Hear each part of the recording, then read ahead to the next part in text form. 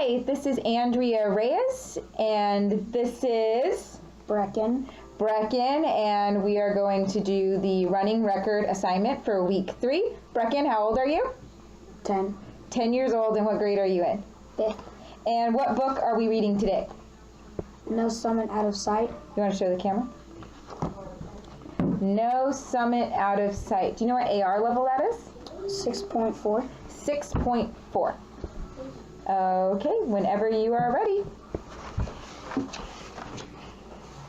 April 26, 2010, Mount Everest. I heard only my labored breathing and the crunch of my crampons biting into snow as I traversed a nearly vertical slope on the north face of Mount Everest. Below us, the slope continued steeper and steeper until it spilled over into a bottomless cliff. But I was securely attached to a safety line that was anchored to the mountain. My stepmother, Karen, and our Sherpa guides, Ang, Pasang, and Karma were ahead of me. My father, Paul, just behind. The weather was perfect, with clear blue sky everywhere I looked.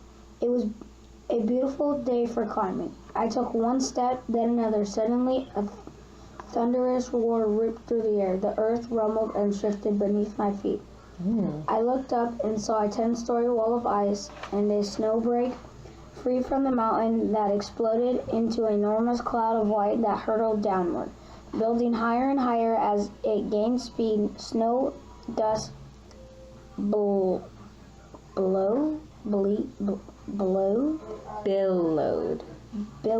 in the air. The avalanche was coming straight at me. My mind froze, paralyzed with fear. I couldn't react fast enough. Snow and ice sliced through what had been our trail. Freezing air burned my throat all the way to my lungs. The waves slammed into me and sucked me under. Everything was white, whirling around me, tossing me. I was tumbling out of control and couldn't breathe. Where was the sky, the earth? I kicked desperately, trying to sink my crampons into snow. Ice, anything to keep from sliding downward the deadly cliff. I tried to scream, but no sound left my lips.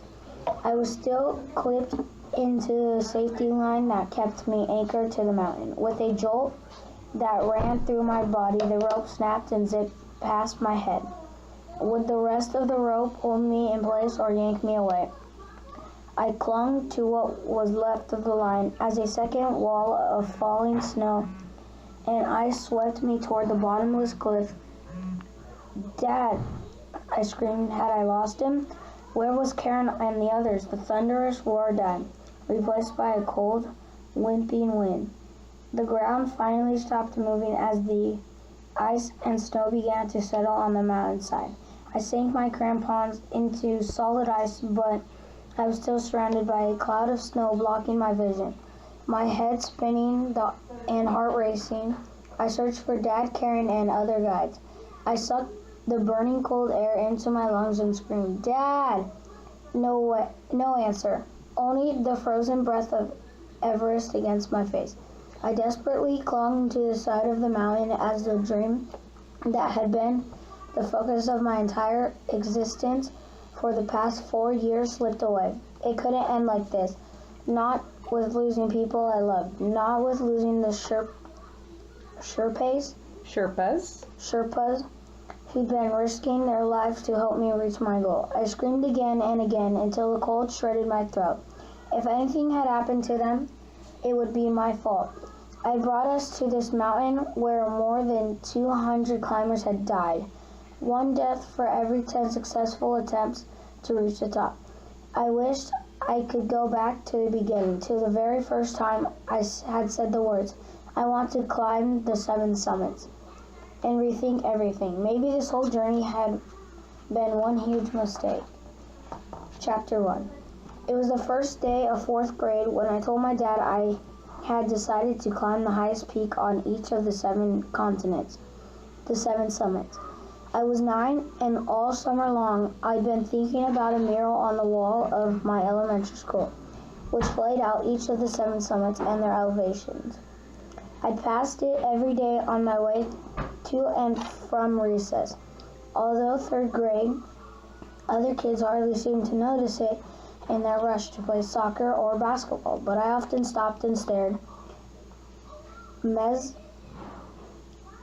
Mesmerized. mesmerized by those mountains. What could it be like to stand on their summits and gaze across entire continents? I wanted to find out. One thing you should know about me, when I got interested in something, I became a fanatic and learn everything I can about it. When I was younger and got interested in reptiles, I learned everything there was to know about every species. Now my interest turned to mountains. Try that again. Interest? Yeah. I've always jumped into new interests with both feet, especially if they have to do with the outdoors.